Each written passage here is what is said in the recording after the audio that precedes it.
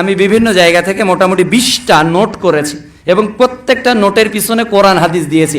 অর্থাৎ এখানে যত গার্ডিয়ান এসেছেন এই 20টা বিষয় যাতে আপনার পরিবারে থাকে। আমি জাস্ট রিডিং পড়বো। 1, কথা বলার পূর্বে সালাম দেওয়ার অভ্যাস গড়ে তোলা, সূরা নূর অধ্যায় 24 আয়াত 61। 2, সুন্দরভাবে ও উত্তমভাবে কথা বলা, কর্কশতা যাতে না থাকে, রাগ যাতে না থাকে, সূরা বাকারা অধ্যায় 2 আয়াত 83।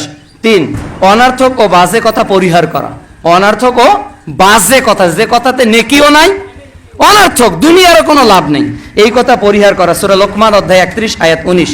এরপর মুমিনের কথা ও কাজে এক থাকা, মানে যা বলবো তাই করব, সূরা সফ অধ্যায় 61 আয়াত 2। 5, মেয়েরা পরপুরুষের সাথে আকর্ষণীয় ভাষায় কথা না বলা, সূরা আহজাব পারা 22 অধ্যায় 33 আয়াত 32। অনেক মেয়ে আছে মোবাইলে গায়রে মাহারাম অনেক সুন্দর কথা বলে, হারাম, কর্কশ ভাষায় কথা বলতে হবে। এখানে নারীদেরকে কর্কশ ভাষায় কথা বলা জায়েজ। জি, কে বলছেন, কি প্রয়োজন আপনার, এইভাবে কথা বলতে হবে, এটা কোরআনের নির্দেশ। ওই নারী বলতে পারবে না কে বলছেন, সুর দিয়ে কোনো কথা হবে না। অপর কোনো নাম্বার থেকে যদি কোনো নারী ফোন বাধ্যতামূলক রিসিভ করতেই হয় আর যদি কণ্ঠ পরিচিত না পাওয়া যায় তাহলে অবশ্যই নরম ভাষায় কথা বলা যাবে না, জাস্ট প্রয়োজনীয় যতটুকু কথা বলা প্রয়োজন ততটুকু বলতে হবে।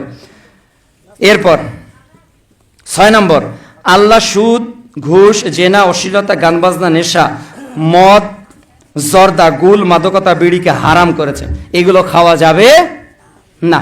বাপ গুল খেলে ছেলে গাঁজা খাবে, বাপ সিগারেট খেলে ছেলে ইয়াবা খাবে, as you sow you reap. আপনি বিড়ি টানবেন আর আপনার ছেলে তাহাজ্জুদে সালাত আদায় করবে, সম্ভব না। কেননা প্রিয় নবী বলেছে কুল্লু মাউলুদ ইউলাদু আলাল ফিতরা, প্রত্যেক আদম সন্তান ইসলামের উপর জন্মগ্রহণ করে, মা বাবা ইহুদি বানিয়ে দেয়, মা বাবাই অগ্নি উপাসক বানিয়ে দেয়।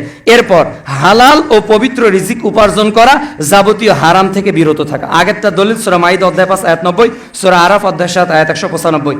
এবং হালাল গ্রহণ করা, হারাম বর্জন করা, সুদের চাকরিও করা যাবে না, অ্যাপ্লিকেশনও করা যাবে না।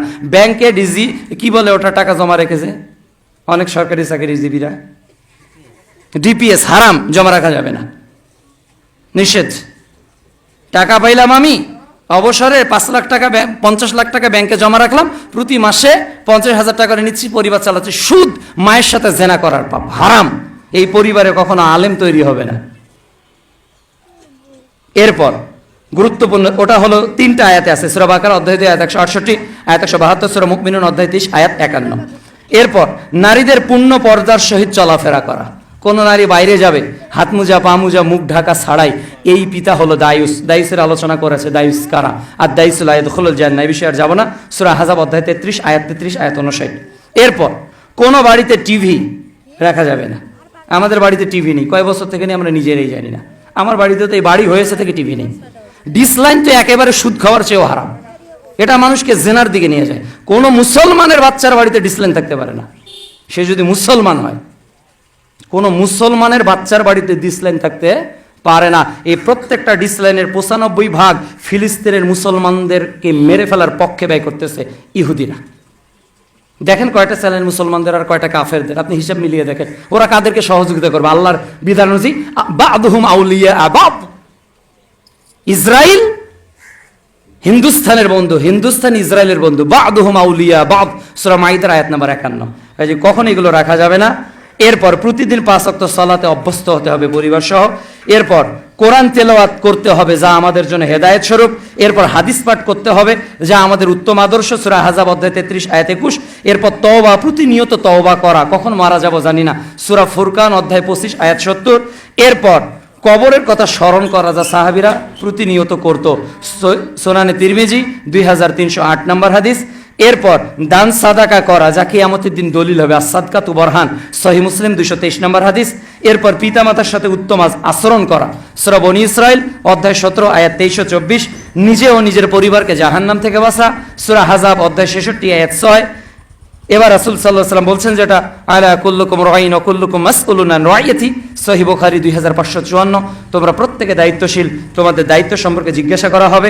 এরপর 17 নম্বর 18 নম্বর যে চরম পন্থা অবলম্বন করা যাবে না, শৈথিল্যবাদী অবলম্বন করা যাবে না, সর্বক্ষেত্রে মধ্যম পন্থা অবলম্বন করতে হবে, সর্বক্ষেত্রে মধ্যম পন্থা অবলম্বন করতে হবে। ব্যালট বা বুলেটের মাধ্যমে সমাজ পরিবর্তন হবে? মানুষের আকীদা পরিবর্তন করতে হবে, বিশ্বাস পরিবর্তন করতে হবে। যেদিন আবু বকর, ওমর, ওসমান রাদিয়াল্লাহু তাআলা আনহুর মতো মানুষ তৈরি হয়ে যাবে, অটোমেটিক ইসলাম তৈরি হয়ে যাবে। ব্যালট বাক্সে আগে সিল দাও, অমুককে হটাও, অমুককে বসাও, এভাবে কখনো ইসলামে শান্তি আসতে পারে না। 19 নম্বর, দুনিয়া নয় আখিরাতকে প্রাধান্য দিতে হবে। সূরা আলা অধ্যায় 87 আয়াত 16 ও 17, বাল তুসিরুনাল হায়াতাদ দুনিয়া ওয়াল আখিরাতু খায়রু ওয়া আবকা। সর্বশেষ, সর্বদা আল্লাহর উপর ভরসা করা। কার উপর ভরসা করব? কার উপর? সূরা মাইদা অধ্যায় 5 আয়াত 23।